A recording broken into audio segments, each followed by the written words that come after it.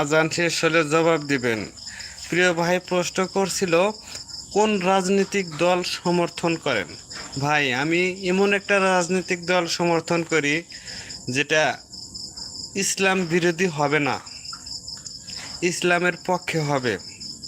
আমি বুঝি না আওয়ামী লীগ, বুঝি না বিএনপি, বুঝি না জামাত।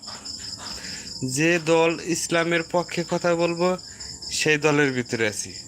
যে দল ন্যায় ইনসাফের পক্ষে কথা বলবো সেই দলে আছি। আমার একটাই উদ্দেশ্য, আমাকে মরতে হবে। দল মত নির্বিশেষে একটাই উদ্দেশ্য, আমাকে মরতে হবে। মরার ভয়ে